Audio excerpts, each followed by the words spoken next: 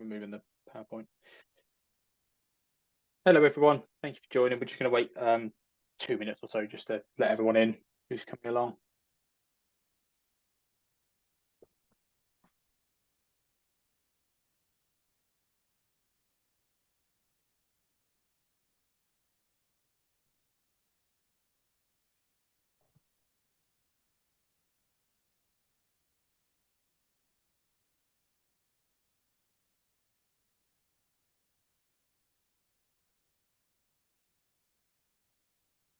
Hello, hello.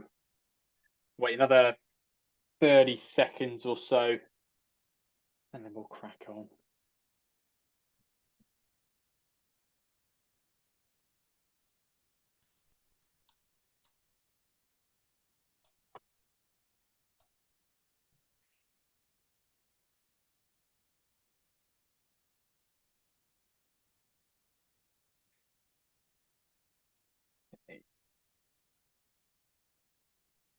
Cool. All right, then. I think we'll crack on. That's given everyone a minute or so.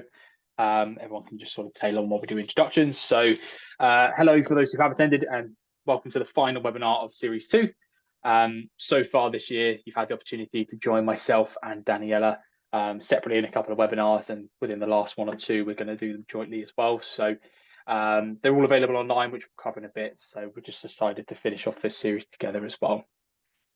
We've recently conducted webinars for things like goals and configuration practices and a really helpful new users 101 aimed at sort of those staff returning or starting within your organizations and getting used to the CRM. So, and then we're going to have probably a couple of weeks break now, and then we'll be back with a series 3, which we'll come on to that a bit later on. So for those who don't know me by now, and we've not had the pleasure of speaking before, my name is Alex. I've been a prospect for 6 years now, 2 of which have been with the Access Group. So hopefully plenty of experience. And then we've got Daniela as well, if you'd like to introduce yourself. Of course. Thank you, Alex. Hello, everyone. I'm happy to be here today. My name is Daniela. I've been part of the Access Group for the past 10 months, and working with Prospect has been a wonderful journey so far. I'm also excited to be presenting alongside Alex in today's webinar again. And we're going to go through our today's agenda. Yeah, so today's session, we're going to be looking at some of the common questions we've had throughout the series.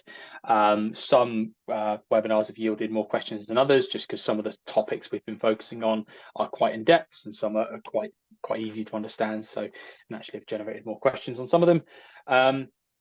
We'll cover those questions that have come from across the series, and then at the end, we'll do a sort of live Q&A as always. We'll aim to do within sort of that 30-minute mark as well. So I'm sure you're all very busy. And then we've got a couple of key takeaways, Daniela. Yeah, sure. Thank you, Alex. So in today's session, the key points are nice and simple, as you can see right here. Understanding what Series 2 has delivered. So we'll give you a quick overview of the webinars and what content you can expect to find in them. Then you're going to have your questions answered. What were the most common questions we had across the series and the answers for them. Also a live Q&A at the end of the session, as Alex just mentioned. And what's next? In season 3, we have a new starter, Kodruta, who joined us this week. Kodruta will undoubtedly be participating in the upcoming series, so you're probably going to see her as well. We have features, including a huge overhaul of tasks and a calendar integration on the way, and webinars for the new growth engine, new integrations, and many others planned. And honestly, the best webinars are always suggested by you. So please do suggest. If you have any ideas, please let us know, because we are actually working on it. Thank you very much. So the season 2 recap, we can sort of pick up quite early on. Season 2 has included a whole host of webinars, which is drilled down specifically into CRM features. We've looked at getting new users onboarded, how to use the Magic Matrix, email marketing, customizations, getting more from quoting and templates, and a few others in there. This aimed to build on the first season, which, while being aimed at some of the more essential features, was the sort of objective of the first series. Actually, it offered a completely different view in the second series with the more in-depth sort of software and functionality we have available. So concluding season 2, season 3 is going to be slightly different, in which case we're going to sort of start looking at some of the new features again. So we've got things coming out in the likes of calendar integration in the future, and at some point we're going to do an overhaul on tasks as well. So plenty coming your way, and as always, it's going to be found on the YouTube channel on screen there as well. So we're going to start with some of the common questions we've got, and we've sort of picked out some of the ones we've had, not only from the webinars themselves, but a couple of them just things that we've been asked as CSMs on our sort of annual reviews, which most of you are sort of taking advantage of, and just sort of congealed a list of things that might be useful for you. So we're going to go over to the classic That's My Jam profile. I imagine everyone on this call is familiar by now, but for those who aren't, it's a fictional company that sells sort of jam jars and jams from a pretend warehouse, just to set the scene there. So the first question we had, we'll sort of group these together, were about the Magic Matrix, which for those who don't know is this tool here. So we have an entire webinar dedicated to the Magic Matrix. We thought we'd sort of group these questions together. So the first question we had a couple of times was, where do we see what Magic Matrix groups my products are in? Which is a good question. So I thought I'd show you that. There's a couple of ways of doing that. You can either go and find on an individual basis, product by product. You click into an item or go and search up here, go and find one of your items there. I click this here. And then on this right-hand side in categorization, you've got the Magic Matrix category just here, in which case you can sort of pick a category from there.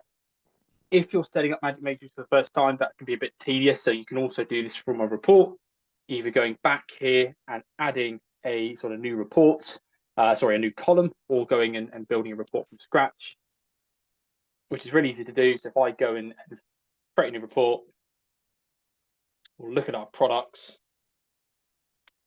grab some really basic information like SKU and name, and then we actually have the Magic Matrix category here. So this gives us this in a list view as well. So we've got the name of our product, the SKU, and the category.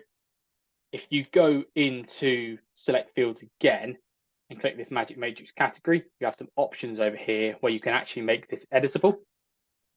So you can go through this list by list and sort of say, well, that should be finished jam. This one should be in fruit flavored jam. So if you can go sort of manually if you've got a limited range of products.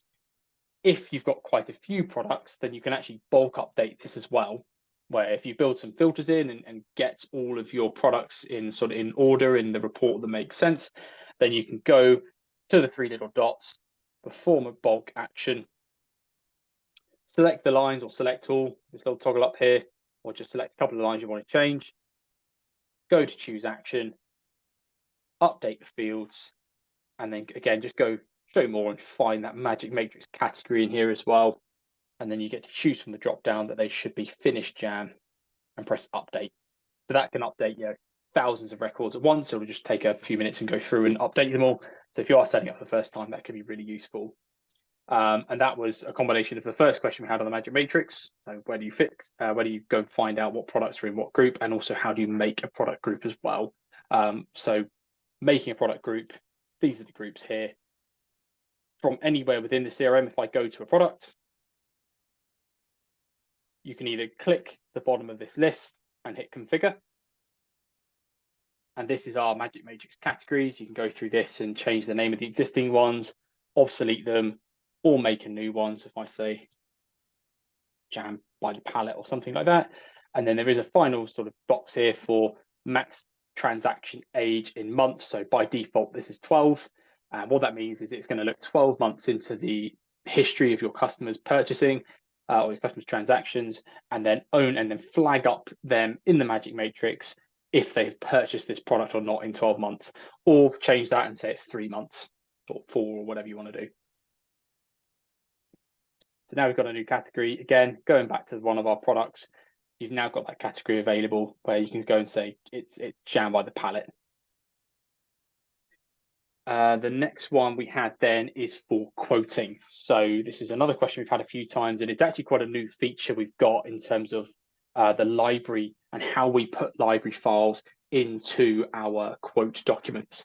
And there's a couple of ways of doing that. So we can start here on this product. So we actually have the ability to link files straight to our products. So what we can do, we're on Chocolate Brownie here. We've got images and files, so you can obviously upload main images and things like that, but we've got linked files as well, where you can create a link from here to our library, which is this feature you see grayed out back there. And it's similar to File Explorer on your Windows. You get to create folder structures and upload PDFs and JPEGs and that kind of thing. So if I was to say for the Chocolate Brownie, we have a specs folder, for example, and then products, and then there might be specification, and we've got a product A specification doc as our example here. There's a few others in there as well. So go around, have a click through, find your sort of the chosen file you're looking for. And then what you've got to do is make it available for public. It says public on that file. So this one here, public yes. So if it's public yes, it means it's a file that gets attached to those documents, or the public have access to it. If it's public no, then it means it's only for internal use. So if there's an EPC documentation or something like that. So if I click this, press create, this has now made a link from Chocolate Brownie to the product A specification doc. So when you're quoting, if I go to our quote documents, let's get us started. Settings, system settings. We'll start in the actual quote table, I think. So you can now configure the quote table, if I take one of these, to include the library files in here. So you configure columns, and then we've got linked files. So if I open up linked files, now at the end of this file, this one, sorry, here, you can drag these columns around. We have this little bit of a format which gives you some examples, but any file that's associated with that product will now be included in those lines. So you can also change that to little pencils. So you can use some options to change this around, sort of call it a custom thing. Little spanner here to make some changes to the format, so you can have its own row or its own column. So you can change this around and make it however you like, and do some CSS styling as well. If I go to one of our quotes then, I'll go find someone. Get another tab open there. Go find a contact, and we'll make a quick quote.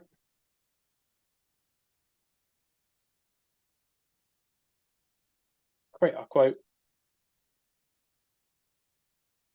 Description, we'll leave all these blank. And then if I go and add that product that we're using, Chocolate Brownie, I'll just go and double check that I've got the right SKU. So SKU 113. We've now got our product. I know there's an associated file on there. So if I go and use our quote templates, so we set this up to be on the B2B_EX quote template, which is one of the settings we used. So if I go and find a document on here using our settings again, where that's been configured to be in use.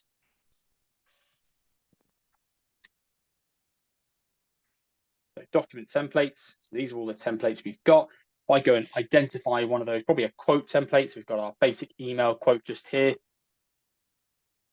I have a quick look at this one, it might contain that. That one does not. It's probably actually one of our Word files, which obviously you can use as a PDF instead. So if I go and get simple quote document,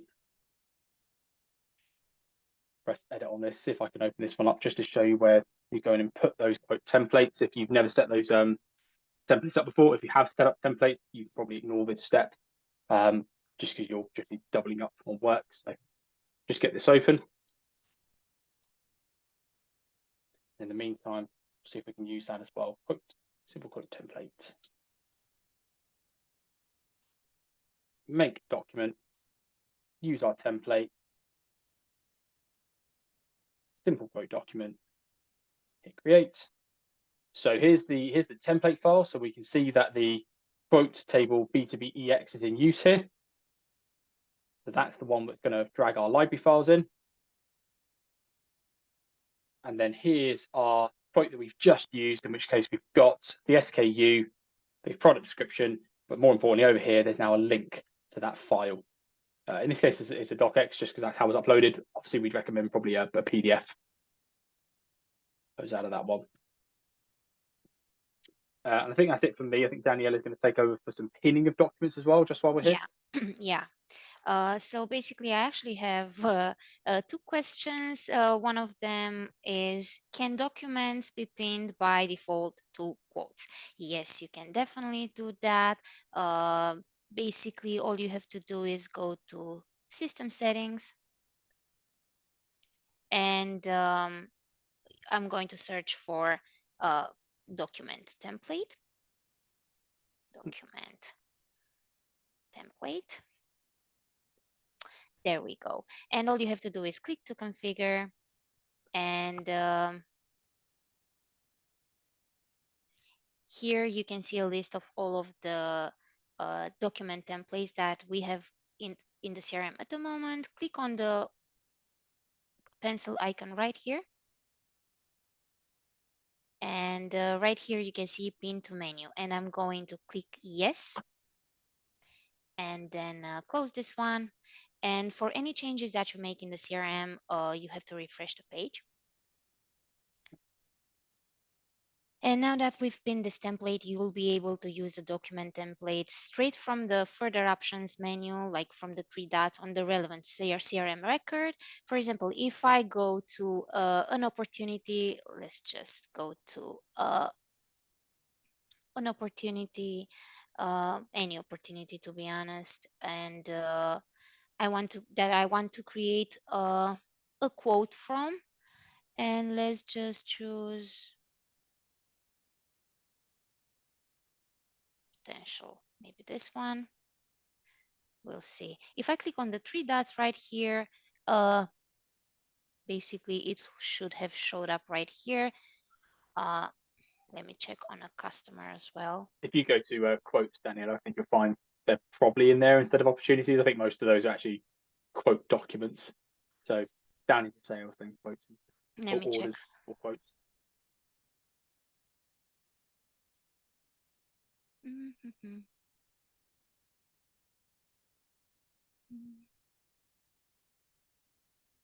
Let me go on this one. I checked it today and it didn't save, to be honest. So let me go check again. Sorry for this. System settings, this might happen. Let's go to document. I want to make sure that it's actually saved. Template. Document templates. Click to configure. Let's use this one. Yes, it did. And if I go, for example, to a contact,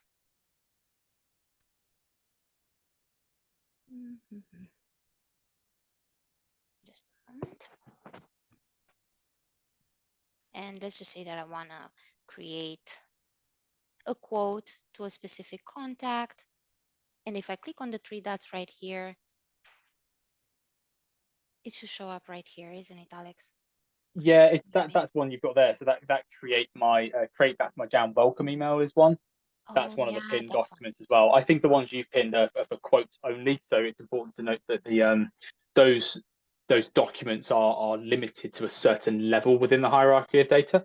So I think the one Daniela pinned there was a quote document, in which case you'll only get to it from a quote, which is, hold on, Daniela, 1 second. Oh, sorry. So that's the company you just clicked on there. But if you go to the quote, which is this ID, they normally just appear just up here, just because they're limited Oh, to yeah. be Create specifically basic on the email quote. quote. Yeah, that's Exactly that fine. one. Yeah, good shout. Thank you, Alex. All right. Yes, after you. Yes, and yeah, this is basically how we pin by default to quotes. Then I have another question. Can thumbnail images be included in quotes? Yes, they can. Assuming you already have images uploaded for your products, I'm going to show you how you can enable the images to be included into quotes. And basically, again, we are going to system settings, system settings, and then we are going to type in search for a quote table.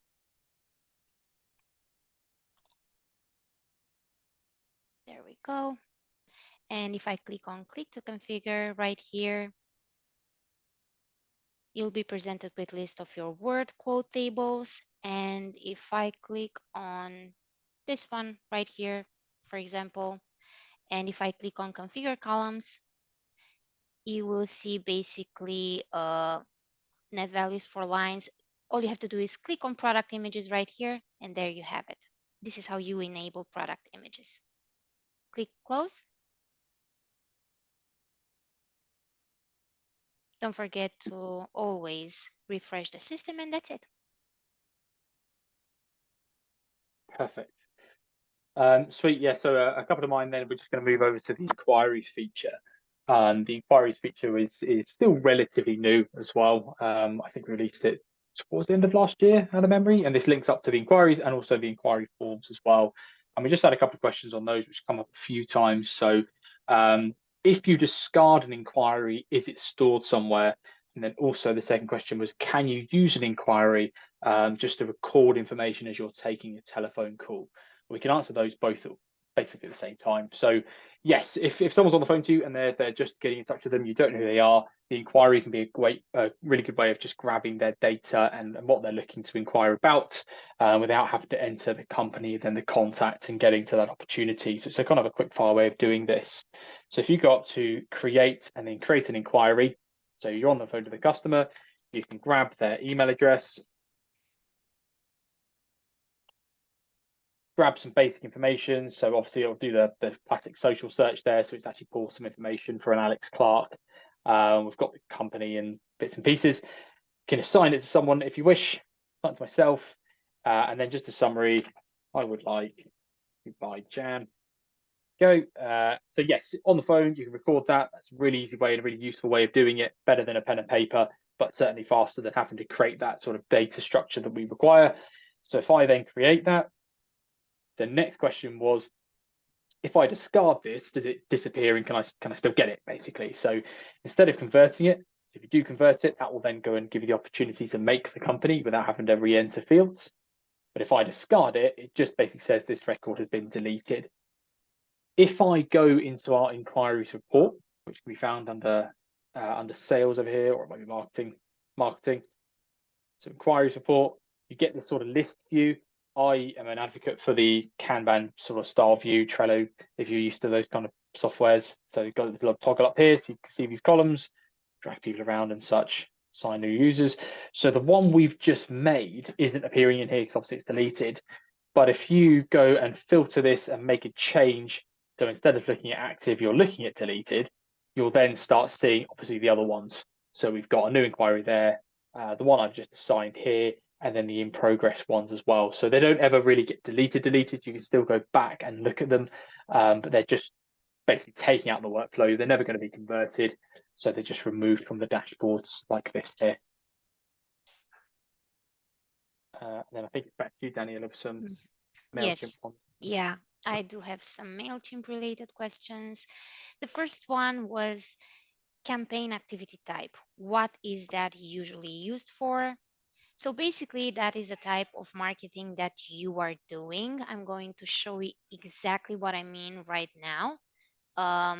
First and foremost, I'm going to start creating a campaign. And you can do so by clicking on the plus button right here. Click Create Campaign. Let's just name it Rivals Alert 2024. Let's just say, and then click Create. Now that you've created a campaign, you would need to create an activity. And what is that? Campaign activities are integral components of the overall campaign, and they can include various marketing efforts that occur before, during, and after the product launch. For example, you might send email invitations, telemarketing, calling, letter invitation, follow-up emails. You would create campaigns, activities for each and every one of them. So if I am creating an activity, all you have to do is go on activities, click on the plus button right here, and we can name this one first email to customers. This is just an example. Type, And basically, this is a type that you can choose from. As a standard, you will have options, as you can see here, available in the drop down, and including email marketing, which I'm using right now, for example. But these are basically configurable, as you can see right here. You can click on the configure, and basically you can add more if you would like. And let me go back to it. Cost, I'll keep it to 0. So basically, it will go, if you create and use basically the activity, it will go in the source field on the opportunity. For example, you're using opportunities, which can then be reported on. And this allows users to know how many opportunities were generated from this particular, for example, marketing effort.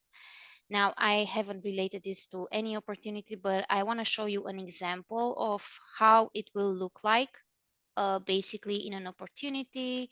Let's just say orange jam, this one right here. And if you go to created, you will see the source, basically email marketing and initial email marketing about promo. This is actually related to this campaign. So this is what it actually looks like. I have another question. Do you always have to create a campaign if you wanted to do a quick mail shot? We actually got this from a lot of customers, and this is a very valid question. The answer would be no. You don't really have to create campaigns if you don't want to. All you would have to do is basically go to, use a report. Like if I would use, for example, the contacts report, and let's just say that I want to reach out to, I don't know, like 100 customers, 100 contacts right here. All you have to do is click on the 3 dots right here, and here you have the tag in MailChimp, as you can see. So that's all you would have to do. Obviously, first, you would need to filter basically this report. And yeah, that will be it. Perfect. So there was another one just on email marketing as well that's come in. Oh. Connecting the RFM segment as well. So these RFM segments here, which is another one of my questions. So these RFM segments are based on the company. So one thing you might want to do is, and we highly recommend doing, is contacting these customers that are sleeping or at risk or hibernating. So these customers that are at risk, what this typically means is they used to buy a lot with you and now they basically don't. So if we look at these guys here, so we've got Tesco New or Franco Monaco Texas. So we've got some customers here. They first ordered in 2020. They then stopped ordering in 2022, the end of 2022, but they made 147 orders. So that's quite a lot of orders, and typically for our kind of sectors, especially within a 2-year window. So you might want to reach out to these sort of at-risk customers, and the best way of doing that is just to build a really simple report and filter the contacts to where these customers are true, basically, when we're looking for these. So if I go and build a quick report, so whenever you're doing email marketing stuff, we would recommend just creating them from contact, just because then you've got the email address. I've got the contact name. You can add some more information on there if you wanted to add additional filters. We're just going to focus specifically on that RFM. So to get to there, expand out the company, show more, expand out the default sales ledger, because that's where our sort of sales data is coming from. And then you're looking for sales ledger stats, which is where all of our RFM data is based. And you can go and grab in here the RFM segment is what we call. That's those colorful tiles we were referring to a moment ago. So I've now got a list of all of my contacts and the RFM segment assigned to, not to them specifically, but to the organization that they work for. So you can filter this down if you wanted to. Add a filter. You can obviously search for filters. RFM, go and have a look for those.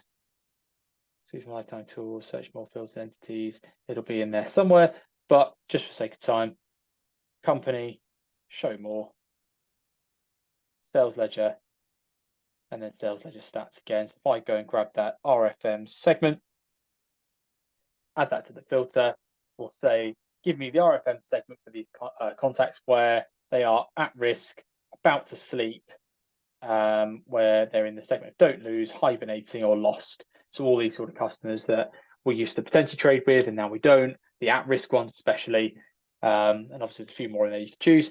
Once you've made up your list and you've got those RFM segments all divided up, you can then just tag that list in MailChimp. Again, we've not gone anywhere near a campaign. You can go add these to a campaign if you'd rather and do a campaign specifically for at-risk customers. But if you want to skip that step, you can just tag in MailChimp there as well.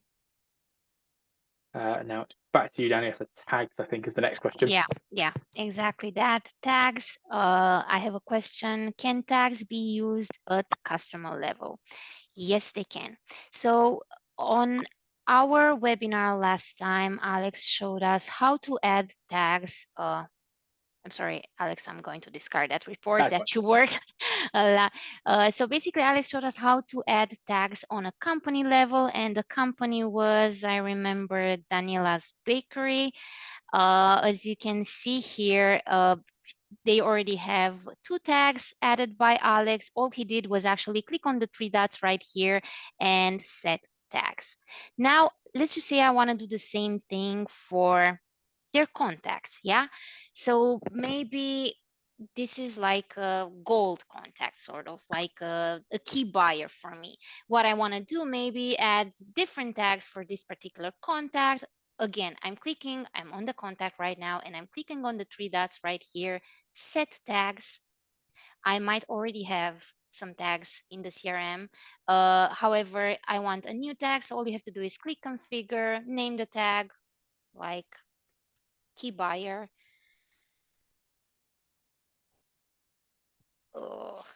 Right here. And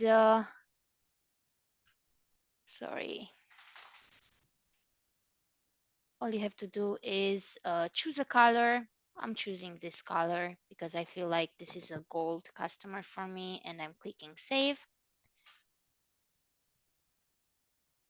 Back.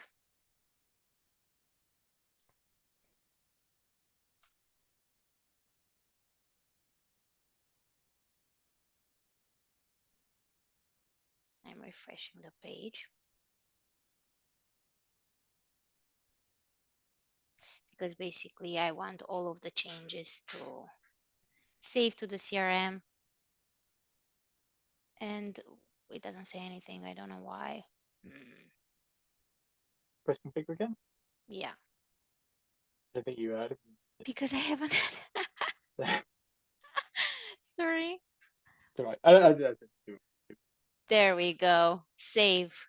And I'm going to actually use this one. I'm going to click refresh again. See, this is what might happen to anyone. So this is actually very good that it actually happened to me. I love this. Let's just click on the 3 dots again, set tags. I'm going to put this one, and there we have it. This is how you add tags to a contact in that specific company. Again, multiple levels have different sort of abilities to use tags. So you've got different set of tags at company level, different set of tags at contact. You can use tags underneath as well on quotes and such like that. So each level has their own sort of different tags.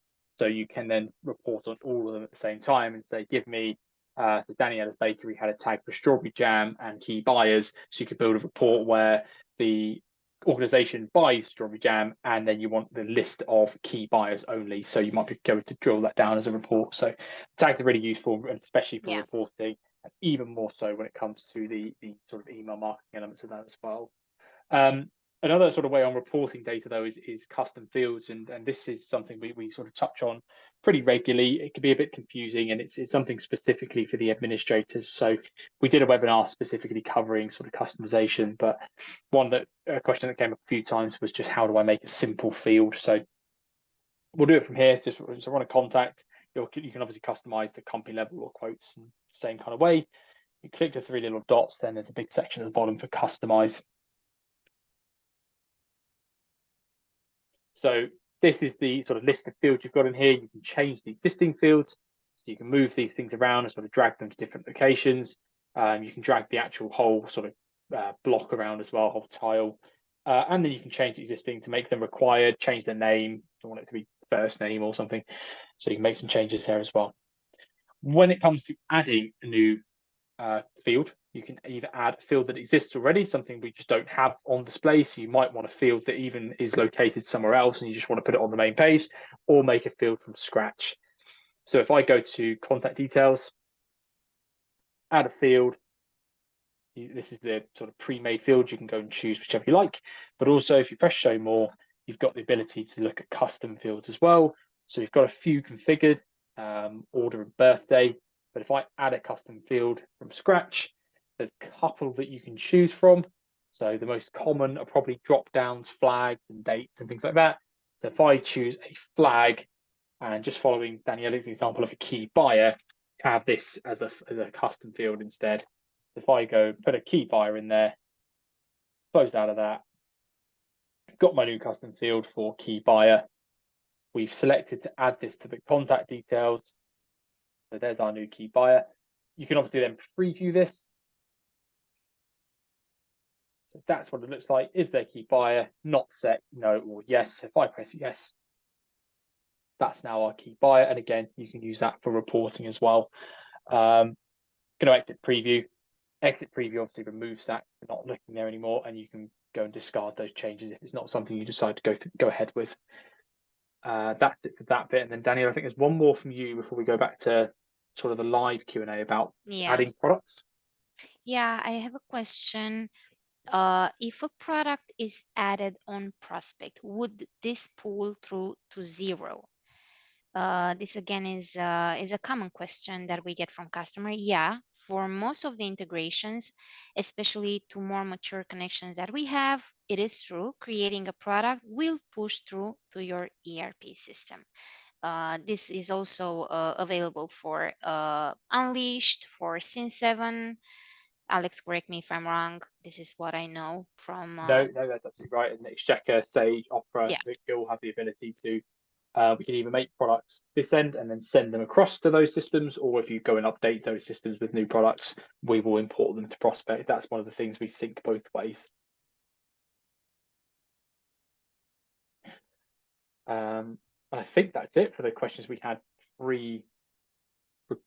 So they were the main ones for the entire series. That series basically runs since January. If I go back to the summary, do you want? Let's go back to the PowerPoint, and we can do a bit of a summary, and then we'll do those live questions. Let's go back to the PowerPoint. So basically, just to summarize, we've covered some of the common questions, and honestly, we're confident that these can help you achieve more with Prospect. We would highly recommend navigation to the YouTube channel to learn more about these features. This is the last webinar for at least a few weeks' time before we move into series 3. We're planning our third series, as we were saying it in the beginning of the webinar. And if there's anything you would like to see, features you'd like to learn more about, functionality you want to use better, please let us know. And we'll create them for you. So live questions then. I see a couple come through, and again, if anyone's got questions, please throw them in now. There's a couple we had before the meeting even really started. So one was, I've seen a preview feature for goals. Where do I find this? Pretty good question. So the goals is a feature that you actually see at the moment in settings, just because it's something that's still not fully released. That's why it's in preview. If you don't have that there, then that's in settings, and you can actually just search for goal, and we've got goals preview. You can enable that there. So the goals feature, I won't spend too much time on it. You can create goals based on revenue by customer or by account manager. We've got some down here which give you a rough example. So Mary Berry, the target for that customer is 5,000, then 100,000, 100,000, etc. And then if you click view performance, you get basically a grid saying this is their target and this is how they're performing against that target. If you've got those sort of key accounts or account managers and you want to reflect that performance and see how they're doing based on the targets you've set. So that's a really good question. And then the other one, we also have a webinar on this one, measuring CRM success using goals. So you can check that one as well. And they're all there. And then we also had did you cover reports? Yes, so we've done a little bit of reports in this as well, actually. So we've done 2 reports in this webinar. And also there is a webinar for, I think it's in series 1, so probably a good 8 months old or something now-ish. And that covers reporting and goes through all those features like building reports based on the common things like sales history, and also things like grouping the report, summarizing the report, filtering and how to search and stuff like that. So yeah, we've got a whole webinar based on reports, if that's interesting to you. Then got another question here. So is the process the same for Spotler integration? So absolutely. For those who don't know, Spotler is basically another email marketing platform similar to the likes of MailChimp and Klaviyo. And the process is very similar for Spotler, but I don't think we can just go and build a report and then tag that in Spotler. No. With Spotler, you have to have a campaign activity, and that's what gets synced. So it's a little bit different. It's a little bit more in depth. I think that's probably partially to do with the tool itself. Yeah. Spotler is typically a bit more in depth than MailChimp and Klaviyo. I think it's actually a little bit more expensive than those 2 products as well, which is why it requires that additional bit of revenue. So sorry, additional bit of input. So yeah, similar, but not exactly the same. And then another question here: can we update sales regions and agents to client contacts as a bulk download, and then do it from an import? Would this be in CSV? Can we download just UK clients, especially from Europe? Yes. So it sounds like a lot of reporting there, and a lot of import and export. That's absolutely fine. If you wanted to, so you mentioned sales regions and agents. I haven't seen your system, so forgive me if I don't know where these fields exactly are located. But what you can do is build a report based on your customers. So if I go and just throw a random report together, we'll go and throw a report of companies, select those fields. So, and this is sort of quite an important step. So if I go in, so we've got the company name. If you wanted to, you've mentioned sales region, that might be a custom field you've got. So it might live down here. It could also be, I think we've got sort of territories and such like that. So a territory might be something you want to update. You mentioned agents. I don't know if that's a custom field, or again, it could be the account manager or something. So whichever field you're looking to update, if you go and pop them into a report and press next, you can either do a bulk action like we've done a few times now. So before bulk action, go and click on the customer and update their territory, or you can update this via Excel, where actually it takes those fields that you've got. You have the option to go through this and add some more, export this data. You can export these records here. You go and make that change. So go and make the change to sales regions and agents. When you come back here, so if you go next, you basically drag the new spreadsheet up here. That uploads the new changes, and it's got a couple of tools in here that will go and validate that data. So if it decides that something's wrong, like you're trying to set an agent that doesn't exist, then it will just ignore that. Well, it won't ignore it. It will come back and say, I can't do this. You need to go and fix this line because I can't set this to an agent that doesn't exist. So it does a load of validation, then uploads it, and then finishes. So yeah, a couple of customers prefer it this way because you can actually you can probably do a lot in one go. I would definitely recommend sort of testing 1 or 2 lines before updating maybe thousands of lines, just to make sure you're happy with the result. That's just best practice. But if you was to get 10 fields, copy them all across, update all 10, then action that as something you want to change, then you would get the result that way.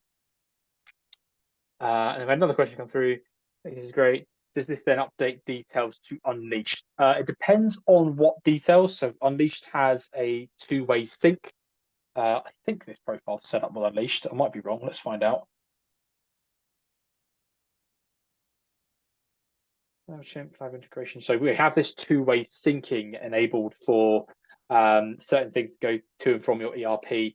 This might not be the right place, but there's definitely one for Unleashed specifically where it says enable these things to go and sync to and from Unleashed. So yeah, the answer to that is a bit of a maybe, because we don't know exactly what fields you're planning on updating and what of those will then update to Unleashed. But if it can be synced, then it will be synced back, yes.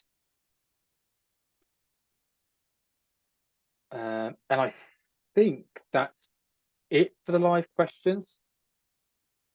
Yeah. Unless anyone's got any more, I'll give everyone like 10 seconds, then we'll sign this off.